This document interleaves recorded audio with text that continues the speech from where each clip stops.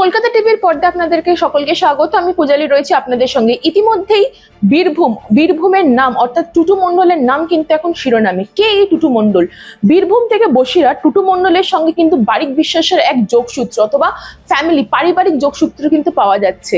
জানা যাচ্ছে 2024 সালে টুটু মণ্ডল অর্থাৎ টুটু মণ্ডলের মেয়ের সাথে বারিক বিশ্বাসের ছেলের বিবাহ হয়। সেখানে কয়েকশো কোটি টাকার খরচা হয়েছিল বলে উঠে এসেছে। তার ফলে সিপিএম নেতা এবং বিজেপি নেতা তাদের তদন্ত চেয়েছিল।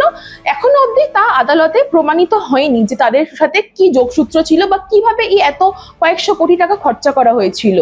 পরবর্তী ক্ষেত্রে আমরা জানতে পেরেছি টুটু মণ্ডল অর্থাৎ টুটু মণ্ডলের ঘনিষ্ঠ মিনার মণ্ডলের বাড়ি থেকে 50 কিলো সোনার সাথে নগদ বিপুল পরিমাণের নগদ টাকা কিন্তু উদ্ধার হয়েছে। ফলে জানা যাচ্ছে টুটু মণ্ডলের মেয়ের বিয়ের সময় বা অর্থাৎ বারিক বিশ্বাসের ছেলের সঙ্গে যখন বিবাহ হয় তাদের, সেখানে জানা যাচ্ছে একাধিক সেলিব্রিটি অর্থাৎ টলিউড সেলিব্রিটিদের নাম উঠে এসেছে। তার পাশাপাশি তৃণমূল নেতাদের নাম উঠে এসেছে, তার পাশাপাশি সরকারি আধিকারিকদের নামও কিন্তু উঠে এসেছে।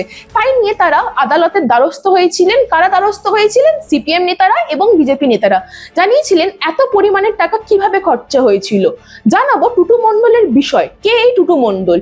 টুটু মণ্ডল প্রথমত তার কর্মজীবন শুরু হয় ট্রাকের চালক হিসেবে, পরবর্তীকালে সে খাদান ব্যবসায়ী হিসেবে পরিচিত হয়। কিন্তু পাশাপাশি এই বারিক বিশ্বাস, কে এই বারিক বিশ্বাস? বারিক বিশ্বাস হচ্ছে বসিরহাটের বাসিন্দা।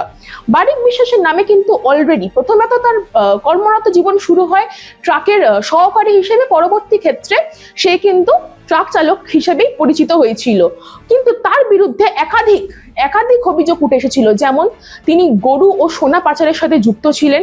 তার পরবর্তীকালে তার গঙ্গায় যখন একটি গাড়ি ধরা পড়েছিল, সেখান থেকেও কিন্তু 42 কিলোর ওপর সোনা তার গাড়ি থেকে উদ্ধার হয়েছিল। তা নিয়ে ইডি দপ্তরের কাছে তাকে হাজিরা দিতে হয়েছিল, কিন্তু এখনো অবধি স্টিল ডেট অবধি এখনো অবধি সেই বিষয়ে কোনো প্রমাণ প্রপার এভিডেন্স না মেলায় এখনো সেই ঘটনা প্রমাণিত হয়নি। কিন্তু টুটু মণ্ডল ছিলেন বীরভূমের বাসিন্দা।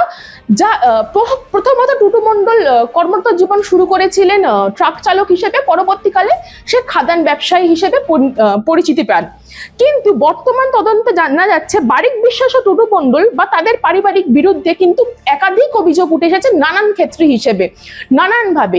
এই সব দাবি নিয়ে এখন কিন্তু ইডি অফিসার বা পুলিশ বা তদন্তকারী সংস্থারা তাদের ওপর কড়াকড়িভাবে নজর রাখছে যে তাদের বিরুদ্ধে পুরনো কি কেস ছিল, নতুন কি কেস অ্যাড হয়েছে, সব নিয়ে নজর রাখবো কলকাতা টিভির পর্দায় রাত দিন 7 দিন।